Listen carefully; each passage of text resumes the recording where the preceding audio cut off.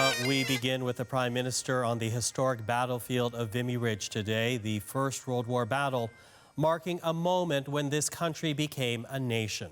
Trudeau is with world leaders this weekend to commemorate the 100th anniversary of the end of the Great War. And while visiting the cemetery for Canadian soldiers who died at Vimy, the Prime Minister shared this message with veterans in attendance. Your service, you carried and continue to carry the legacy of those who 100 years ago fought in the trenches of the First World War. Through your bravery and your dedication to your country, you honor the memory of the young men who died right here on the battlefields of Vimy Ridge, and indeed all service members who have paid the ultimate price.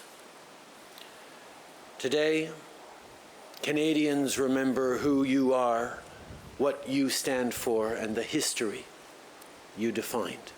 Now, that stop was just one of many the Prime Minister made today. Trudeau's heading to Paris this evening for a private dinner hosted by the French President Emmanuel Macron.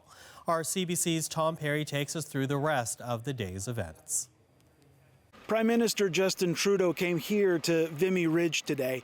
He paid tribute to the Canadians who died during that historic battle in 1917. Nearly 3,600 Canadians were killed taking this ground. Another 7,000 were injured. Trudeau laid a wreath at the Vimy Memorial to honor those Canadians. He also visited a Canadian cemetery where some of the men who died here are buried. He toured that cemetery and he spoke to a group of Canadian military veterans. He thanked them for their service. The Prime Minister also talked about the sacrifices made by Canada's men and women in uniform. Today's events, though, are of course just a prelude to tomorrow's Remembrance Day ceremonies. Justin Trudeau will join a host of world leaders in Paris as they mark 100 years since the end of the First World War. Tom Perry, CBC News, Vimy Ridge. Well, from northern France to Belgium now, where Canadian soldiers from the First World War are being honored with a military ceremony as well.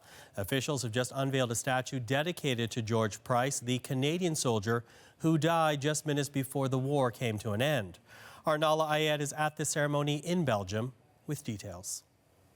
Standing right here in front of the brand new memorial, it is a monument that took months to be made from local bluestone by a Belgian artist. His name is Sylvain Pat.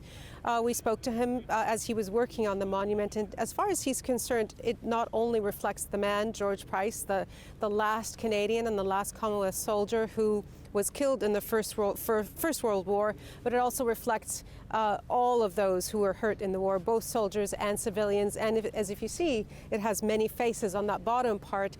That to him meant a reflection of the many different painful and difficult times of war. And so this is a ceremony in which this is being unveiled. A lot of dignitaries here for this. Obviously the Canadian delegation, which is headed by the Governor-General, Julie Payette, as well as Belgian royalty, and the mayor will be speaking here today.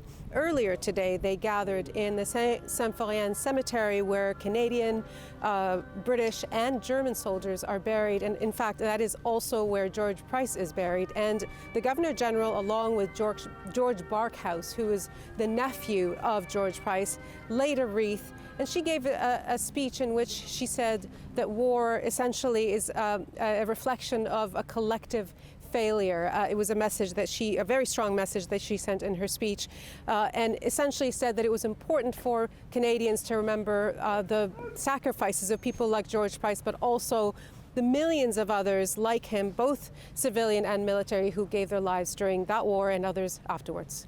Payette, CBC News in Ville-sur-Aisne, Belgium.